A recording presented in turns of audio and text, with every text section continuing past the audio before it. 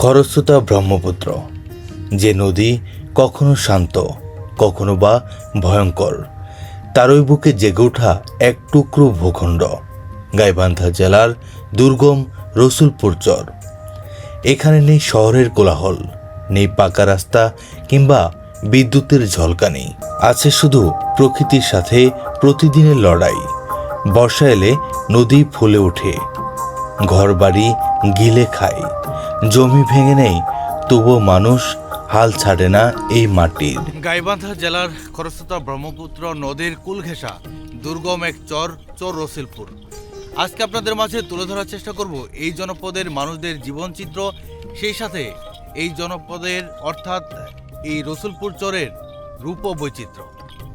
এখন আমরা এক ছোট ভাইয়ের ঘোড়াই গাড়ি করে আমরা এগিয়ে যাচ্ছি রসুলপুর চরের একদম বসত ভিটার কাছাকাছি যাওয়ার জন্য। কে বর্ষা ভাই, আপনার গরু কাবু হয়েছে কেন? খাওয়ার না? খাওয়া কম ভাই। হ্যাঁ, খাওয়া কম। খাওয়া হবে মনে করেন যে ভুটে যখন পাকবে না, হ্যাঁ হ্যাঁ, তখন পাতা ছিঁড়ি খিলাম। বাদশা ভাইয়ের গরু কয়টা? গরু আছে আল্লাহ যায় 11টা। 11টা, কিন্তু গরুর স্বাস্থ্য তো এত খারাপ কেন? স্বাস্থ্য খাই যায় না কম গো, ঠান্ডা দিন আসছি তো। গরুগুলা কি আপনারা শুধু ঘাস খাওয়াই পালেন নাকি? হ্যাঁ, ঘাস খাওয়াই পালাই। এখন কোথায় নিয়ে যাবেন? এখন এই চড়াত নিয়ে যাবো, ওটি কাশিয়ে রাখের মধ্যে। সাথে কে? উনি আপনার কি হয়? উনি আমার ওয়াইফ। সহধর্মিনী। ভাই ভাবি মিলে হ্যাঁ। দুইজনে মিলে চড়ে যাচ্ছে গরুর ঘাস খাওয়ানোর জন্য। ভাবি তো অনেক খুশি আপনার সাথে যাইতেছে কাজে। দেখলা যে আজকাল না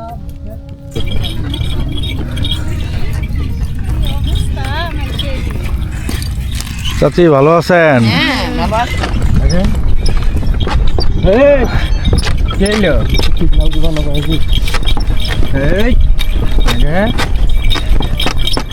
বাহ, তোমার ঘোড়া তো একদম দৌড়াই দৌড়াই যাইতেছে। দৈনিক তাহলে কত টাকার ভাড়া মারো? 1200। এই চরে যে বেশিরভাগ ওই যে দূরে থেকে যারা ঘুরতে আসে, ওনার কেমন মানে দৈনিক তো মোটামুটি অনেক লোকজনই আসে। আসলে গাইবান্ধা জেলার মানে নদীর এই পারে যে রসুলপুর চরটা, এটা মানুষের একটা আবেগ ভালোবাসার কিন্তু একটা জায়গা। মানে শুনলেই, নামটা শুনলেই অন্যরকম একটা মায়া কাজ করে, টান কাজ করে ভিতরে। আসসালামু আলাইকুম চাচি, ভালো আছেন? আপনাদের দেখতে আসলাম।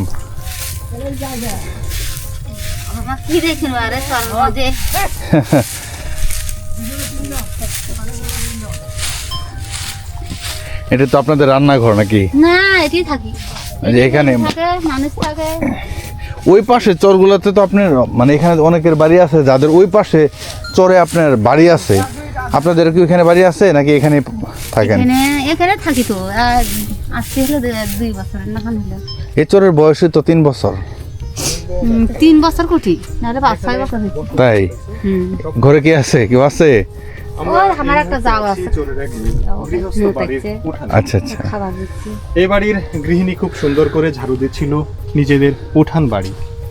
চরের মানুষের এই জিনিসটা নিত্যদিনের কাজ। দুলুময় এই জমিতে ঘরবাড়ি ঠিক রাখা অনেকটা কষ্টসাধ্য ব্যাপার। তবুও এখানকার পরিশ্রমী গৃহিণীরা এই বাড়িঘর সুন্দরভাবে পরিপাটি করে রাখে প্রায় প্রতিটা দিন। আমরা রয়েছি রসুলপুর চরের একদম মাঝখানে। চারপাশে যে বসতি ঘরগুলো দেখা যাচ্ছে, এগুলোই হলো রসুলপুরের মূল বসতি। আপনি কতদিন থেকে আছেন এই চরে? আমি আমার বছর থেকে আছি। আপনি আবার সুবেদের জন্য এই পাশে আসছি, আবার সুবেদ করি। সারা বছর এই চরেই থাকে? হ্যাঁ, সারা বছরই থাকি। আবাদ মৌসুমের পাশাপাশি কি গরু বাছুর আছে? গরু বাছুর আছে, ভুট্টার আবাদ করছি, ধানের আবাদ করছি। গরু কয়টা আছে? গরু 3টা আছে। 3টা গরু। গরুর যে দুধ হয়, এগুলো কি আপনারা বিক্রি করেন নাকি বাছুরেই খায়? বাছুরও খায়, যেটার অভাব দুধ পায় না। আর আরিয়া বাছুর হলে দুধ পায় না, খাওয়ার দিবার পাই না গরুকে, খাওয়ান ভরান পোশাক ভালো করে দিবার পাই না, এই কারণে হয়তো দুধ হয় না, বাছুরই খায়। এখন কি আপনি এই যে ঘাস কাটতে যাইতেছেন নাকি? হ্যাঁ, আমি ঘাস কাটতে যাইতেছি, গরুকে খিলেন নাকবে। তারপরে ওই যে ভুট্টা বাড়ির ওষুধ দিচ্ছে, ভয় লাগে ফিরে। তারপরে দেখি না কাশিয়ে ঘাসটা সানা কাটি নিয়ে এসে গরুকে খিলেন নাকবে শীতের দিন। চোরের এক সংগ্রামী জীবন আমরা যেটি শুনছিলাম এই আপার মুখে, সে আসলে সকাল থেকে সন্ধ্যা পর্যন্ত পরিশ্রম করে তার আবাদ মৌসুম এবং তার কষ্ট গবাদি করি আমরা পশুগুলো আবার সুবেদ লালন করি পালনের লালন জন্য। পালন করি প্রীতি পালন করি। চরে যে আছেন আসলে ওই পারের যে মানুষের জীবন, মানুষের চলাফেরা সবকিছুই সুবিধা, সুবিধা আর এই আপনাদের পাশের এখানে তো মানুষ অসুবিধা। হ্যাঁ। তারপরেও কি জীবনের উপর কোনো দুঃখ আফসোস আছে? দুঃখ হলে তো ওটা লাভ নেই, যেহেতু কর্ম করি খান লাগবে পারে তো থাকলে ওই যে কষ্ট করলে যেখানে যাও কষ্ট আছে, কষ্ট করতেই হবে। কষ্ট করতেই হবে। চোরের জীবন আসলে এরকমই, এই জীবন শত বাধা প্রতিকূলতার মাঝেও এই মানুষগুলো জীবনকে বরণ করে নিয়েছে দারুণভাবে। জীবনে যত প্রতিবন্ধকতা থাকুক এই মানুষগুলো সেগুলোকে অনেকটা সহজ করে নিয়েছে নিজেদের ইচ্ছা শক্তির বলে। এই রসুলপুর চরে এসে আমরা মানুষের সাথে কথা বলে যেটি লক্ষ্য করছি, এই চরের মানুষের জনজীবন অনেকটাই দুর্গম। এই যে আমার সামনে যে ঘোড়ার গাড়ি, এই গাড়িগুলোতে কাইসা নিয়ে যাবে নদীর ঘাটে, সেই ঘাট থেকে আবারও নৌকা যুগে পার হবে ওপারে। এই মানুষগুলোকে এভাবেই প্রতিদিন নদী এবং নানা প্রতিকূলতার সাথে যুদ্ধ করতে হয় দারুণভাবে। আমরা এখন প্রবেশ করছি এখানে একটি জনপদের একটি ঘরের ভেতরে, যেখানে দেখতে পাচ্ছি এখানে নিজেদের খাবার দাবার জন্য এখানে পাহাড়ি পাতলি এগুলো রাখা রয়েছে। তার পাশেই অর্থাৎ নিজেদের গবাদি পশুর রাখার একটি জায়গা, আর এই পাশে হচ্ছে নিজেদের থাকার জায়গা অর্থাৎ সহাবস্থান যেটাকে বলে। আসলে কতটা সাদামাটা জীবনযাপন করে এই জনপদের মানুষগুলো, সেটা কেবলমাত্র তাদের কাছে আসলেই বোঝা যাবে একদম কতটা সাদামাটা। উপরের চালটা হচ্ছে কাইসা বা এবং বাঁশ দিয়ে তৈরি করা, আর তার বেড়াগুলো হচ্ছে একদম সাদামাটা কাইসা দিয়েই তৈরি করা। কতটা সাদামাটা।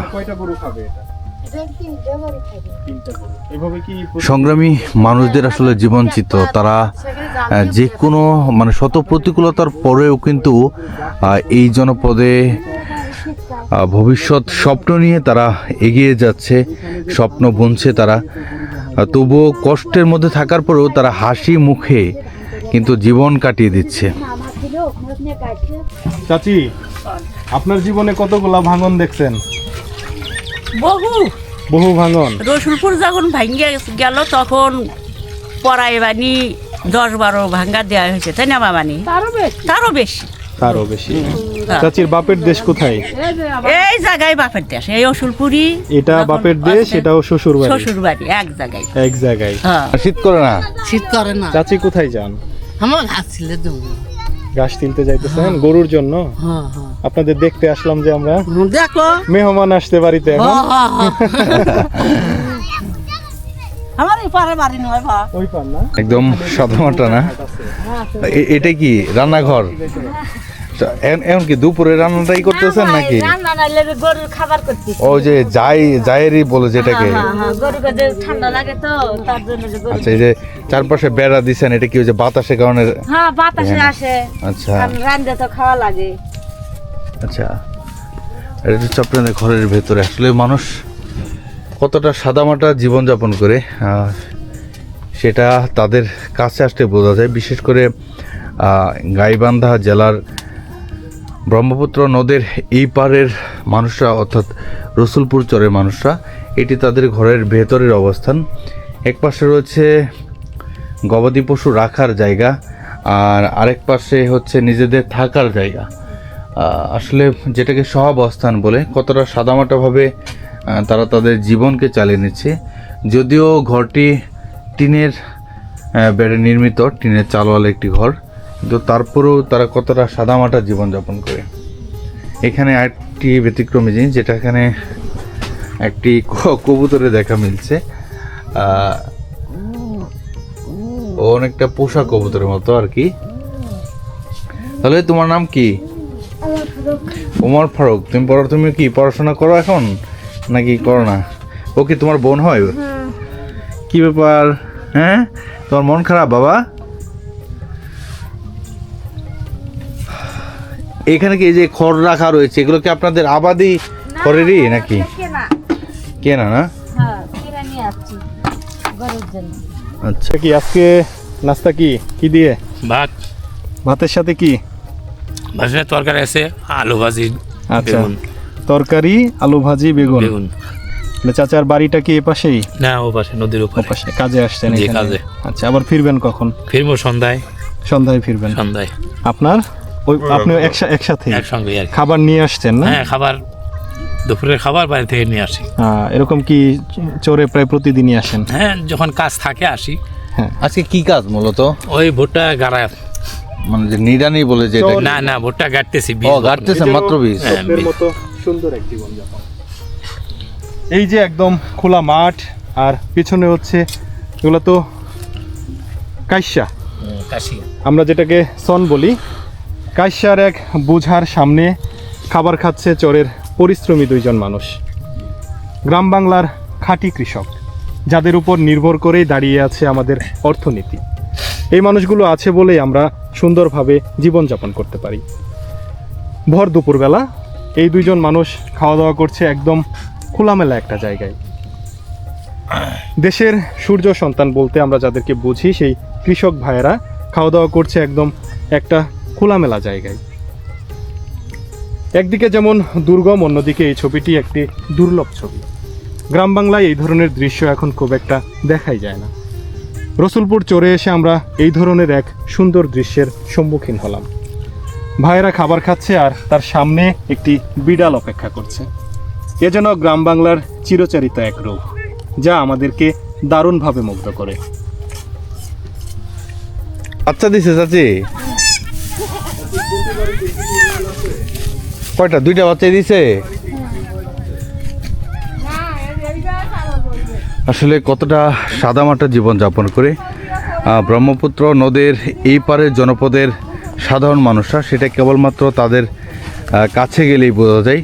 এখানে দেখেন, এখানে একজন চাচি তার নিজের যে পালিত ছাগলকে ঘাস দিচ্ছে। আর এই বাড়িঘরগুলো মানে বেশিরভাগ হচ্ছে কাইসা দিয়ে নির্মিত। এখানে হচ্ছে তাদের রান্নাঘর, পাশে হচ্ছে কাইসা দিয়ে নির্মিত। উপরের চালটাও কিন্তু কাইসা দিয়ে তৈরি করা, অর্থাৎ তারা কতটা সাদামাটা জীবনযাপন করে।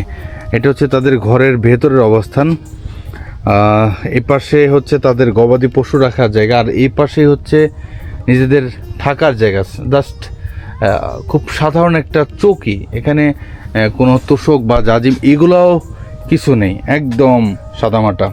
কিন্তু তারপরেও নতুন স্বপ্নের টানে, ভবিষ্যতের ভালো দিনগুলো টানে তারা শত প্রতিকূলতার মধ্যেও কিন্তু এই জনপদে সংগ্রাম করে যাচ্ছে। চাচি, আপনারা এই চরে আসলে কেমন আছেন? তাই এমনি কোনো আবাদি জায়গা জমি আছে আপনাদের? তো আছে না? ছাগল খাওয়া কয়টা আছে? ছাগল তো অনেকগুলো, মার্শাল্লাহ। আদি নেওয়া? গরু আছে? গরু 2টা। এবার যে আবাদি জায়গাতে মূলত কি আবাদ করছে? ভুট্টার ই করছেন, তাই না? তো বেশিরভাগ দেখলাম ভুট্টার ই করা আর কি। আচ্ছা আচ্ছা।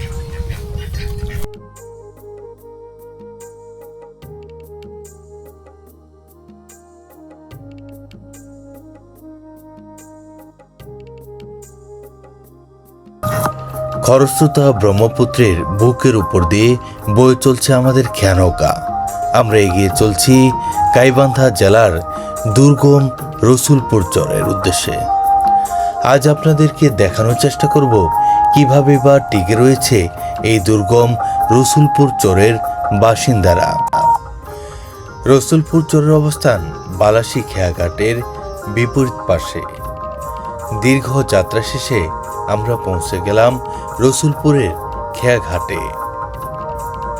আমাদের খেয়ানৌকা দেখে এগিয়ে আসছে ঘোড়ার গাড়িওয়ালা। কেউ ঘোড়ার গাড়িতে, কেউ বা পায়ে হেঁটে, এভাবেই চলাচল করে এই সংগ্রামী মানুষগুলো। তোমার কি এই ঘোড়ার গাড়ির পাশাপাশি অন্য কোনো পেশা আছে? কি করো এমনিতে? পড়াশোনা করো? কোন ক্লাসে? ক্লাস 9 না? এই পাশে তো কোনো স্কুল নাই, ওই পাশে যেতে হয়। আচ্ছা, খুবই ভালো যে তুমি পাশাপাশি পড়াশোনা করতেছো। পড়াশোনাটা চালাই যায়, প্রয়োজনে যেতে হয় ওপারের বালাসী ঘাটে, যেটি আসলে সবসময় যাওয়াটা সম্ভব হয় না, কারণ নদী এলাকার এই জীবনযাপনের সাথে জড়িয়ে আছে খেয়া নৌকা। খেয়া নৌকার সময়ের সাথে এই মানুষগুলো তাল মিলিয়ে চলার চেষ্টা করে প্রতিনিয়ত। কখনো কোনো কারণে নৌকা মিস হয়ে গেলে পরবর্তী নৌকার জন্য অপেক্ষা। এ এক সংগ্রামী জীবন, অনেকটা কষ্টসাধ্য ব্যাপার। তাই তো ঘোড়ার গাড়িতে চেপে আমরা বালুময় পথ পেরিয়ে যাব রসুলপুর চরের বসতিতে। আজ থেকে 30-40 বছর আগে গ্রাম বাংলা যেমন ছিল তারই প্রতিচ্ছবি। উত্তরবঙ্গে জেঁকে বসেছে শীত, কিন্তু শীত হার মেনেছে এই দুরন্ত বালকদের কাছে।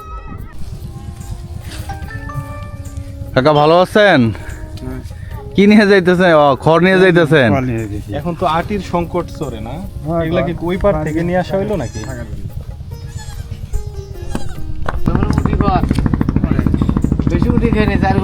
আসসালামু আলাইকুম। কাকা একদম দুর্গম চরের মধ্যে দোকান? হ্যাঁ, নির্দুয়ে পাতারের মধ্যে দোকান কার? ওই যে দোকানদারি করতেছে। আসসালামু আলাইকুম। কেমন আছেন কাকা? আল্লাহ পাক রাখছে মোটামুটি। এটা কি বানান, সিঙ্গারা? হ্যাঁ, এটা সিঙ্গারা বানাইতেছি। আচ্ছা, মানে চারপাশে নদী, মাঝখানে হ্যাঁ, হচ্ছে একদমই ওই যে নাটু ভালো দে।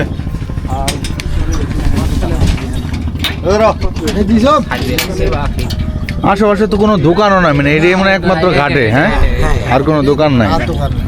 আর আছে ওই যে গ্রামের ভিতরে, তাই এটাই যে মানে মানুষ বেড়ানি আসে। এখানে মনে হয় ঘুরতে আসে বেশি। এই দোকানটায় আসলে মূলত খরিদ্দার কারা? খরিদ্দার আমরাই হয়তো বেড়ানি আসে আপনার ঘরে চরের মানুষেরা যারা ঘাটে আসে, আর হচ্ছে ওই পার থেকে যারা বেড়াবার জন্য আসে। লোকজন আসে। বেচা বিক্রি তো ভালোই হয়। ভালো হয়, 2-4-5 হাজার দোকানটা কি সারা বছর থাকে এখানে? সারা বছরই থাকে। সারা বছরে এখন একটু বেচা কিনে কম, শীতকাল না।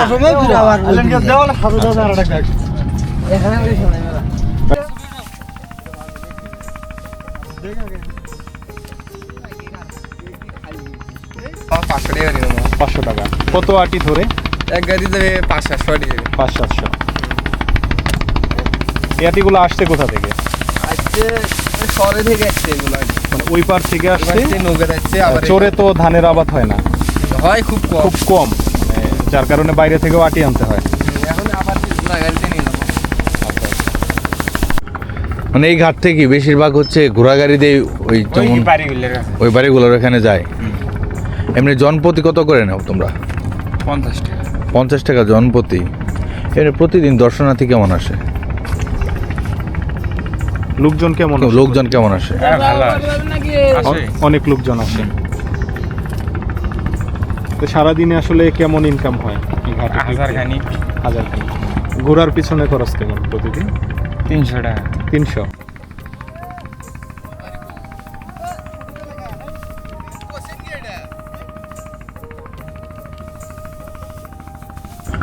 মানে এই ঘাট থেকে বেশিরভাগ হচ্ছে ঘোড়া গাড়ি দিয়ে ওই যেমন ওই বাড়িগুলোর এখানে যায়। এমনি জনপ্রতি কত করে নাও তোমরা? 50 টাকা। 50 টাকা জনপ্রতি। এমনি প্রতিদিন দর্শনার্থী কেমন আসে? লোকজন কেমন? লোকজন কেমন আসে? অনেক লোকজন আসে। তো সারাদিনে আসলে কেমন ইনকাম হয় এই ঘাটে? 1000 খানি। ঘোরার পিছনে খরচ কেমন প্রতিদিন? 300 টাকা। 300। তো মোটামুটি মাসে তো 8-9 হাজার টাকা ঘোরার পিছনে খরচ আছে। চাচি, আপনার জীবনে কতগুলা ভাঙন দেখছেন? বহু ভাঙন। রসুলপুর যখন ভাঙ্গিয়া গেল তখন পড়াই বানি 10-12 ভাঙ্গা দেওয়া হয়েছে, তাই না মামানি? তারও বেশি। চাচির বাপের দেশ কোথায়? এই জায়গায় বাপের দেশ, এই অসুলপুরি। এটা বাপের দেশ, এটাও শ্বশুর বাড়ি এক জায়গায়। হ্যাঁ। তাহলে যখন বিয়ের আগে বাপের ঘরে ছিলেন তখনও তো নদী ভাঙন দেখছেন? না, বিয়া হয়া হেরা বাচ্চা কাচ্চা হইলে ফেরা নদী ভাঙ্গা। পরে নদী ভাঙন দেখছেন আর কি? পরে দেখছি। আচ্ছা, তো এমনি ছেলে মেয়ে কয়জন চাচির? 2 ছেলে 1 মেয়ে। 1 মেয়ে। এই যে চরের মধ্যে আছেন, তো এখান থেকে ঘাটে যাওয়া আসা বিভিন্ন ধরনের তো সমস্যা আছে আসলে। সমস্যা তো আছেই তো। তারপরেও কেমন মনে করেন এই যে জীবনটা পার করলেন, নিজেরে কি সুখী মনে করেন? এখন আল্লাহর কাছে ওটাই হাজার শুকুর, আমরা ওটাই সুখী মনে করি। এখন কি করবো? আসলে সেটাই আপনাদেরকে দেখাচ্ছি। এই যে রসুলপুর চরটা, এই রসুলপুর চর এমন একটি জায়গায় যার চারপাশেই ব্রহ্মপুত্র এবং যমুনা নদী দ্বারা বেষ্টিত। এই চরের মানুষের শিক্ষা প্রতিষ্ঠান নেই, নেই কোনো চিকিৎসার ব্যবস্থা।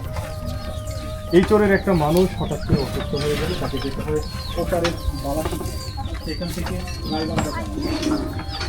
আসলে হঠাৎ করে রাত বিরাতে অসুস্থ হয়ে যায়। আমাদের ভাই 5টা। এগুলো কি ঘাস খাওয়াইতে কি ওইদিকে নিয়ে যেতে হয় না?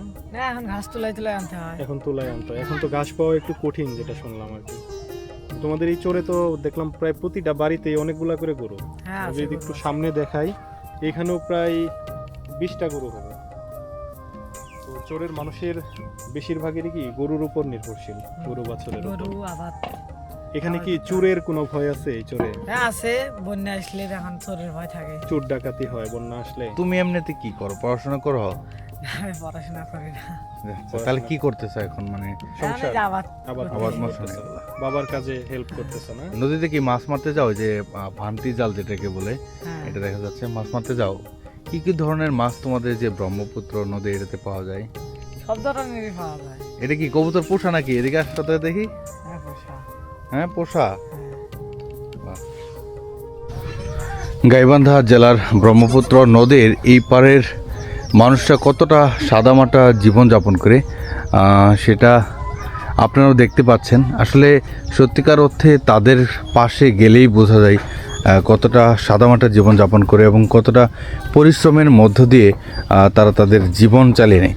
তবে একটা জিনিস আমরা লক্ষ্য করলাম যে এই চরে বেশিরভাগ পরিবারেই দেখলাম একদম দেশি জাতীয় যে গবাদি পশু, অর্থাৎ দেশি জাতীয় যে গরু, এগুলো। এখানে কোনো অস্ট্রেলিয়ান, ফ্রিজিয়ান এগুলো জাতের কোনো গরু নেই। আসসালামু আলাইকুম কাকা, ভালো আছেন? এগুলো কি নিয়ে যাইতেছেন? ঘাস নাকি? ছাগলের জন্য ঘাস কাটলাম। আচ্ছা আচ্ছা, এখন কোথায় যাবেন? আপনার কি এখানে থাকেন? না, আমি ওই পারে থাকি। ওই পারে থাকেন, মানে ঘাস কাটার জন্য এই পারে হ্যাঁ, আসছিলেন? ঘাস কাটার জন্য এই পারে যাচ্ছি। আচ্ছা আচ্ছা। আপনার গরু কয়টা আছে? আমার গরু নেই, একটা বকরি আছে। বকরি আছে, বকরির জন্য। আচ্ছা আচ্ছা, এই জন্য তো কম করে নিলাম, বেশি দিন বুঝতে আঁকা না। পারছি। আসলে গাইবান্ধা জেলার ব্রহ্মপুত্র নদের এই পারের একটি সংগ্রামী চর রসুলপুর। এই জনপদের মানুষরা কতটা সাদামাটা জীবনযাপন করে, সেই সাথে কতটা প্রতিকূলতার মধ্য দিয়ে তারা তাদের জীবনকে চালিয়ে নিচ্ছে, সেটা হয়তোবা সশরীরে এখানে আসলে বোঝা যাবে। আসলে এই জনপদের মানুষরা কতটা পরিশ্রম করে প্রতিদিন এবং কি কতটা সংগ্রামের মধ্য দিয়ে তারা তাদের জীবনকে সামনের দিকে চালিয়ে নিচ্ছে। দুইজনেই এই চরে কত বছর থেকে আছেন? আছি ধরেন 1 বছর হলে আছি। বছরে বছরে বাড়ি ভাঙার লাগে যায়। এর আগে কোথায় ছিলেন আপা? এর আগে ওই পাশে একটা চর আসলে, ওই চরে আসছিলেন। ওই পাশে। এটা কি জমি জমা কি আপনাদের? না, এটা কিভাবে নিছেন জমিটা? এগুলো আমরা বাড়ি করে আসছি। আমাদের বাড়ি ওই যে ওইদিকে বাড়িগুলো দেখেন না, ওই আমরা মাটি কাটি উঁচু করে নিচ্ছি। আচ্ছা। বন্যার সময় অতি যাবো। মানে আদি সিস্টেমে যেভাবে করে নেয় আর কি, ওইভাবে নিচ্ছেন, তাই না? বাবু, নাম কি তোমার? ছোট্ট এক বাবু, সাথে ছোট্ট এক পরিবার। এই পরিবারটির জীবিকার প্রধান উৎস গবাদি পশু পালন আর কৃষিকাজ। এই যে ঘরটি উঠিয়ে আছে, এটি আসলে তাদের নিজেদের না। চরের মানুষেরা এভাবেই নিজেদের বাড়িঘর করার জন্য অন্যের জমিতে আশ্রিত থাকে। ভাঙা গড়ার জীবন, কখনো এই চর কখনো ওই চর। এই আপা যেটি বলল, একদমই আমার আঙুলের সামনে ছোট্ট একটি টিভির মতো দেখা যাচ্ছে। ওইখানে আপারা আবার নতুন ঘর উঠাবে। এই মানুষগুলো এখন আসলে কখনোই স্থায়ী না। এই মানুষগুলো আসলে কখনোই স্থায়ী না। এবছর এই চর, আরেক বছর ওই চর। এভাবে একটা জীবনে যে কতবার নদী ভাঙনের শিকার হয় তার কোনো হিসাব নেই। আমি এমনও কিছু মানুষের সাথে কথা বলেছি যারা জীবনে। এটা কি আপনাদের ঘরের ভেতরে? জি, এই ঘরে আমাদের গরু থাকে। এই ঘরে গরু থাকে? এখানে থাকে না কি জানো? ও, এখানে মানে নিজেদের একটু থাকার ব্যবস্থাও আছে। আর এই পাশে হচ্ছে, তবে চরগুলাতে, বেশিরভাগ চরগুলাতে আমরা যে যাই, আপনার গোয়াল ঘর পাশাপাশি হচ্ছে আপনার থাকার খাটও রয়েছে, মানে সহাবস্থান যেটাকে বলে। এখানে কে থাকে মূলত? এখানে আমার শ্বশুর শাশুড়ি থাকে।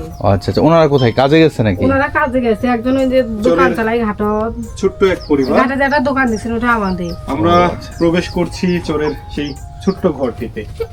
এখানে একটি থাকার বিছানা, এখানে হয়তো 2 জন মানুষ থাকতে পারে। রসুলপুর চর, ব্রহ্মপুত্রের বুকে জেগে ওঠা এক খণ্ড ছোট্ট ভূখণ্ড। নতুন একটি চর, মাত্র 3 থেকে 4 বছর আগে সৃষ্টি হয়েছে এখানে বাড়িঘরের। বিভিন্ন চর থেকে নদী ভাঙন কবলিত মানুষগুলো এসে বসতি গড়েছে এই ভূখণ্ডে। চারপাশে আবাদ করেছে নানা ধরনের খাদ্যশস্যে।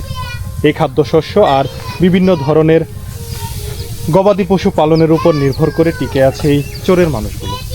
সংগ্রামী জীবন, কিন্তু এই জীবন কাছ থেকে দেখতে কতই না সুন্দর।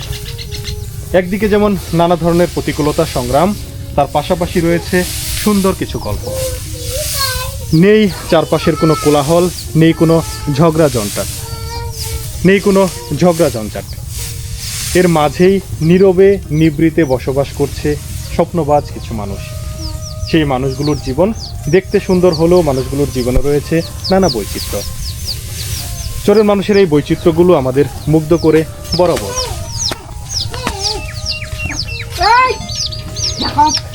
ও ব্যতিক্রমী একটা জিনিস। আমরা খাঁচা প্রবেশ করেছি চরের একটি গৃহস্থ বাড়িতে।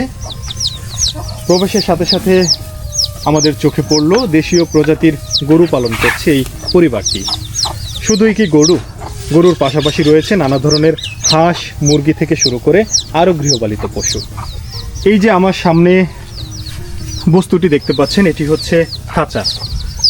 বাঁশ দিয়ে তৈরি এই খাঁচাতে গ্রামীণ মানুষেরা হাঁস, মুরগি এবং ভেড়া, ছাগলের বাচ্চাগুলো ধরে রাখে।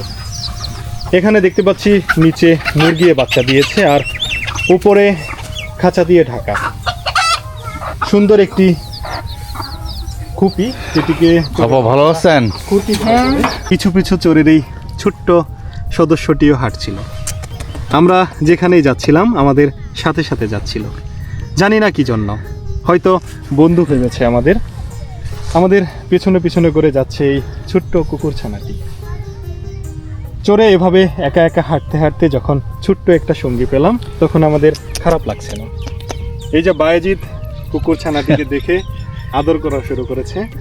আসসালামু আলাইকুম, ভালো আছেন? এগুলা কি নিয়ে যাইতেছেন? খড়ি। অনেকে তো ওই যে আপনার কাশ্যা নিয়ে যাইতেছে, এটা কি কাশ্যগুলো কি আগে কাটে রাখছিল, ওগুলা নিয়ে যাইতেছে নাকি? আচ্ছা আচ্ছা, এগুলো খড়ি রান্না করার জন্য।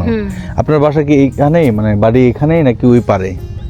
আমরা নদী ভাঙ্গি যাই ওই দিকে আসি, এই যে আবার সুবিধে যে মানুষের বাড়ি ঘর করি আছে নদী। আচ্ছা আচ্ছা, নদী ভাঙ্গে এখানে আসছেন। এর আগে কোথায় ছিলেন?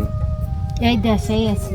এই দেশেই ছিলেন, হ্যাঁ। মানে নদী ভাঙ্গে একবার এবার একবার এইবার এইভাবে চলা ইয়া করতেছেন বারবার। ঠিক আছে আপা, জান আপনার কষ্ট হইতাছে, মানে গরিব মানুষ না, মনে করেন এই যে যায় অতি মনে করেন বান্ধে বুন্ধে যায় না, বাড়ি করে আসি, মনে করেন এই জন্য যে এখন ফিরে। ভাইজান কোথায় কাজ করতেছে? তাই এই যে মনে করেন কামলা কিছেন দেয়। আচ্ছা ঠিক আছে, আপনি বোঝা নিয়ে আছেন, কষ্ট দিলাম আপনাকে।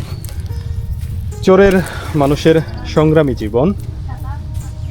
মাথায় যে বোঝাটি, সেটির ওজন কোনোভাবেই 40 কেজির নিচে হবে না।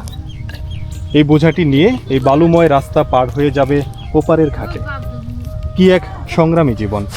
ঘাটে যেয়েই কিন্তু শেষ না, ঘাটে বোঝা নামানোর পর আবারও নৌকা দিয়ে আবারও ওপারের ঘাটে। এভাবে এই মানুষগুলো প্রতিটা দিন প্রতিটা মুহূর্ত পরিশ্রম করে নানা প্রতিকূলতার সাথে। এখন চোরের এই রাস্তায় রয়েছে বালু, যখন বর্ষাকাল তখন থাকবে পানি, আবার যখন ভরা বর্ষা তখন ডুবে যাবে চোরের চারপাশের নিচু জায়গাগুলো। এভাবে এই মানুষগুলো প্রতিনিয়ত লড়াই করছে প্রকৃতির সাথে। চরের সংগ্রামী মানুষরা কতটা সাদামাটাভাবে জীবনযাপন করে সেটা কেবলমাত্র তাদের কাছে গেলেই বোঝা যায়। আসলে জীবন কতটা কষ্টের তাদের।